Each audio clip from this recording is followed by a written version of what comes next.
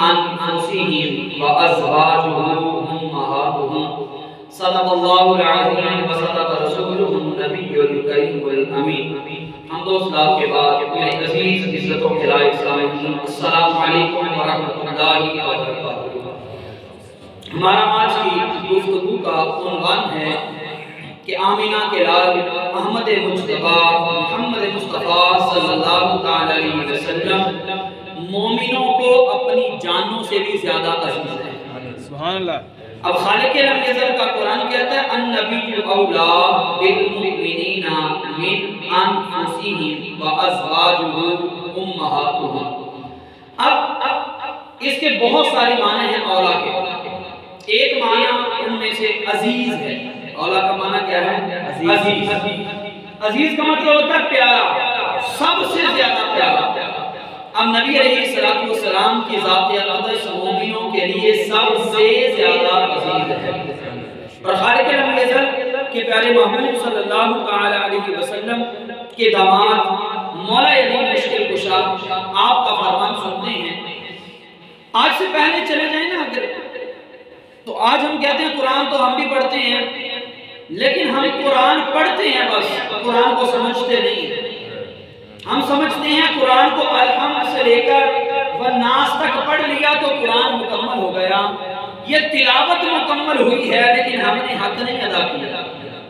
कुरान पढ़ने का मतलब ये है जो इल्म सीखना और सिखाना है ना, पढ़ना और पढ़ाना है, उसके अंदर ये नहीं है कि बस तोते की तरह रटा अलहम्द से नास तक पढ़ लिया, नहीं, बल्कि जब इंसान अलहम्द से नास की तरफ आए, जो पढ़ रहा है वो समझ भी रहा हो कि मेरा रब यहाँ पर कह क्या रहा है। आज बहुत सारे ऐसे होंगे कि जिनको कुरान खोले असर बीत गया हो, बुजुर्ग सही मानों के अंदर जिनको हम औलिया अल्लाह कहते हैं, जिनको रब का कुरान कहता है इनाम याफ्ता बंदे, वो थे कि जब एक आयत पढ़ने का कसम करते थे ना, एक आयत पढ़ते थे तो उस आयत की समझ आती थी कि इस हरफ के तहत ये हरफ है, इस हरफ का माना क्या है, इस माने की तफसीर क्या है, तफसीर की तशरीह क्या है, रब कह क्या रहा है। फिर वो लफ्ज़ नहीं सतरें पढ़ते थे, सतरें नहीं वो फिर रुकू पढ़ते थे, रुकू नहीं सूरतें पढ़ते थे, सूरतें मुकम्मल, सिवारे मुकम्मल, यहाँ तक कि उनका कुरान मुकम्मल हो जाता था, उनकी एक रकअत मुकम्मल नहीं होती। क्यों? वो हर पढ़ने वाले लफ्ज़ के तहत आने वाली अशिया को जानते थे कि यहाँ पर रब का कुरान कहता क्या है। आइए मौला अली आपका फरमान सुनते हैं। हज़रत अली करमल्लाहु वजहुल करीम आप फरमाते हैं कि जब मेरा दिल चाहता है, जब मेरा दिल चाहता है रब मुझसे बातें करे, रब मुझसे बातें करे, तो फिर मैं अली करता क्या हूँ, क्या करता? आज हमारे समझा रब ने राजी करना ना दरबार के तौर पर जाके दरबार ने बाबे ने राजी कर लो, नहीं, रब को राजी करोगे तो ये तो हो जाएंगे राजी, क्योंकि इनको सारी नेमतें, इनकी सारी अप्रोच, सारी कारकर्दगी वो रब की अता से है। अगर इनको राजी करने के चक्कर में लग गए, रब को नाराज कर बैठे तो फिर क्या बनेगा। अब मौला अली फरमाते जब मेरा दिल चाहता है रब मुझसे बातें करे, और मैं रब का कुरान खोलता हूँ, कुरान की तिलावत करता हूँ, क्योंकि कुरान रब का कलाम है। मैं जब मेरा दिल ये चाहता है ना, मैं अपने रब से बातें करूँ, मैं अपने टुकड़े सुनाऊं, अपने रब से बातें करूं। फरमाया फिर मैं नमाज पढ़ता हूँ, नमाज पढ़ता हूँ, और नमाज के अंदर अपने रब से हम कलाम होता हूँ। यानी हम कलाम होने का मतलब क्या है कि रब की गुफ्तगू सुनने का दिल करता है तो कुरान पढ़ता हूँ, क्योंकि कुरान कलामुल्लाह है, और नमाज खालिक ने दी ही इसीलिए है कि इंसान अपने रब से बातें कर सके, इंसान दुनिया से कट के अपने मालिक को अपने टुकड़े सुना सके।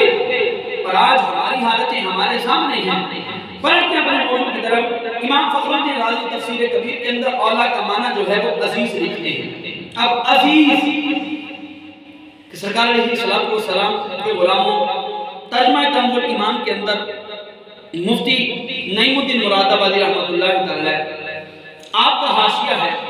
उस हाशिए के तहत अगर पढ़ेंगे ना, उसके अंदर एक रिवायत मिलेगी। हमारे यहाँ जो तिलावत हम करते हैं ना, ये किराते हफ्स है, एक किरात है, मुख्तलिफ किरातें हैं, 7 किरातें हैं। अब एक रिवायत ये भी है कि अन्नबिय्यु औला बिल मुमिनीना मिन अनफुसिहिम, ये हम जो किरात पढ़ते हैं वो है। एक रिवायत ये है जो कंज़ुल ईमान के अंदर हाशिए के अंदर मुफ्ती नईमुद्दीन मुरादाबादी रहमतुल्लाह तआला ने लिखी। आपने फरमाया अन्नबिय्यु औला बिल मुमिनीना बिमंज़िलति अबीहिम व अज़वाजुहुम उम्महातुहुम, के नबी मोमिनों की जानों से ज्यादा अजीज है बिमंज़िलति अबीहिम, क्योंकि वो तुम्हारे बाप की जगह है। व अज़वाजुहुम उम्महातुहुम, और नबी की बीवियां तुम्हारी माएं लगती हैं। यानी कहने का मकसद क्या है कि ये नहीं हम कहेंगे कि नबी हमारे बाप किस हैसियत से हैं। सरकार अलैहिस्सलाम का फरमाने अलीशान और रब का कुरान ये समझाना चाहता है कि इंसान जितनी अपने बाप की कदर करता है, आमिना के लाल का मर्तबा उससे भी बढ़ता है। और अगर कोई इंसान लंडे का कोई मौलवी या यतीमुल इल्म बंदा ये बात कह दे अगर नबी हमारे बाप हुए, सरकार की अज़वाजात जो हैं वो हमारी माएँ हुई, तो सैयदा फातिमा हमारी बहन लगी, कतआन ये नहीं कह सकता, कतआन नहीं कह सकता, ये जायज़ ही नहीं। ये 2 रिश्ते सिर्फ रब ने बयान किए हैं और ये भी उम्मत को समझाने के लिए है।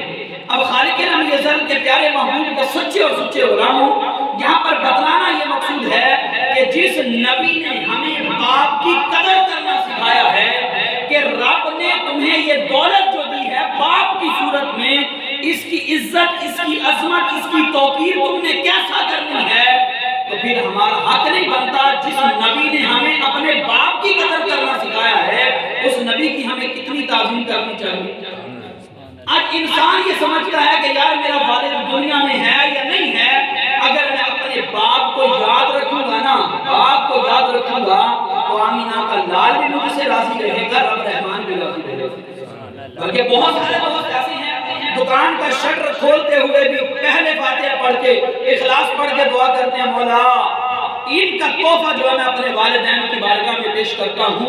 अगर दुनिया के अंदर मुझसे कोई अपने वालिदैन के साथ खताएं हो गई, या इलाही उनको माफ फरमा और ये सवाब मेरे वालिदैन को पहुंचा और उनके बुलंद मर्तबों में और तरक्कियां अता फरमा, ताकि बरोज़ माशर मेरे वालिदैन मुझे याद रख सके कि दुनिया के अंदर यही बच्चा था मौला जो तेरी बारगाह में हमारे लिए दुआ करता था, आज हम इसके लिए फरमाइश करते हैं, इसको बख्श दे। सुभान अल्लाह। तो उस नबी की कितनी ताज़ीम करनी चाहिए कि जिस नबी ने हमें बाप की कदर करना सिखाया है।